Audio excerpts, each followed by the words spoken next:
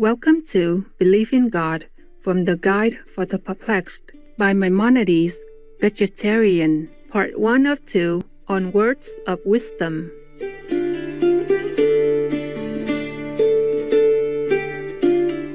Maimonides, also known as Harambam, or Rabbi Moses ben Maimon, was a notable medieval Jewish philosopher, astronomer, physician, and intellectual figure.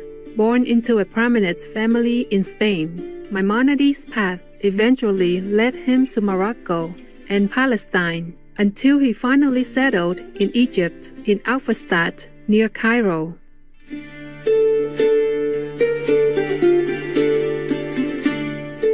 Shortly after moving to Egypt, life-changing events prompted him to start his practice as a physician. It was not long before Maimonides became renowned in the area and became the personal physician to the Sultan Saladin, a famous Muslim military leader. He also tended to other patients, lectured before fellow physicians, and became a leader of the Jewish community, teaching and helping its members.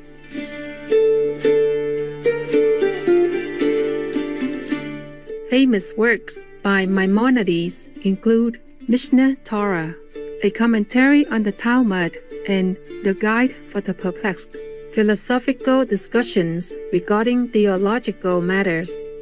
A revered pillar of the Jewish world, Rabbi Moses ben Maimon also had a significant influence on some great medieval writers and thinkers, such as Baruch Spinoza and Gottfried Wilhelm Leibniz, and made an important impact on the medical science archives.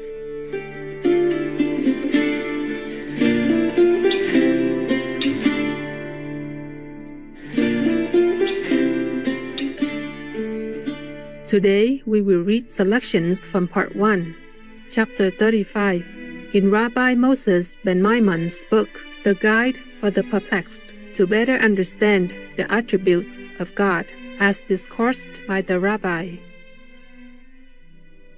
Chapter 35.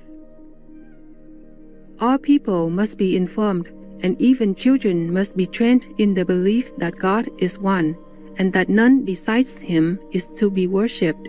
So must all be taught by simple authority that God is incorporeal, that there is no similarity in any way whatsoever between Him and His creatures, that His existence is not like the existence of His creatures, His life not like that of any living being, His wisdom not like the wisdom of the wisest of men, and that the difference between Him and His creatures is not merely quantitative, but absolute. Anything predicated of God is totally different from our attributes.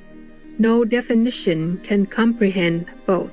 Therefore, His existence and that of any other being totally differ from each other, and the term existence is applied to both homonimously, as I shall explain.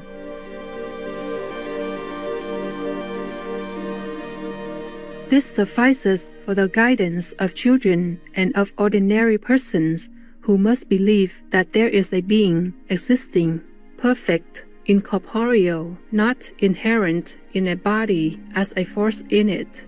God, who is above all kinds of deficiency, above all affections. But the question concerning the attributes of God and the meaning of those attributes which are ascribed to Him, concerning the creation, His providence in providing for everything, concerning His will, His perception, His knowledge of everything, concerning prophecy and its various degrees, concerning the meaning of His names, which imply the idea of unity, though they are more than one. All these things are very difficult problems.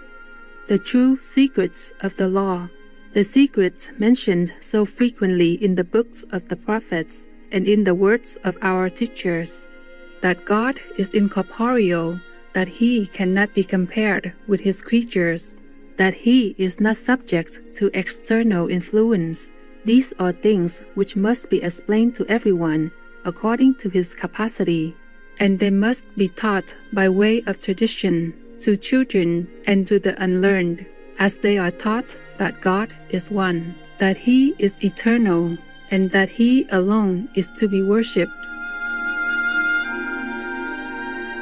Without incorporeality, there is no unity, for a corporeal thing is in the first case not simple, but composed of matter and form, which are two separate things by definition, and secondly, as it has ascension, it is also divisible.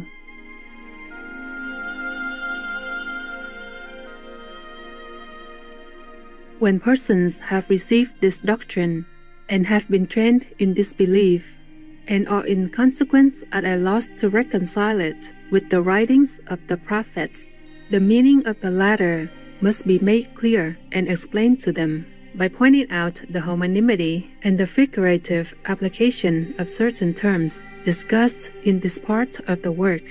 Their belief in the unity of God and in the words of the prophets will then be a true and perfect belief. Those who are not sufficiently intelligent to comprehend the true interpretation of these passages in the Bible, or to understand that the same term admits of two different interpretations, may simply be told that the scriptural passage is clearly understood by the wise, but that they should content themselves with knowing that God is incorporeal, that He is never subject to external influence, as passivity implies a change, while God is entirely free from all change, that He cannot be compared to anything besides Himself, that no definition includes Him together with any other being, that the words of the prophets are true, and that difficulties met with may be explained on this principle.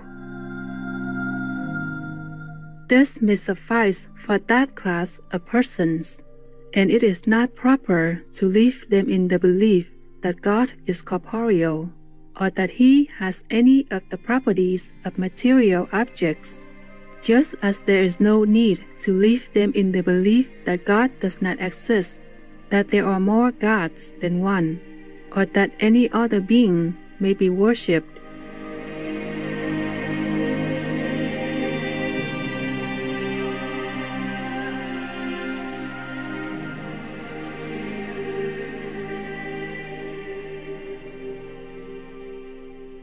Vegan curse for the little taste in the mouth, ignoring the whole world's suffering, is cowardice.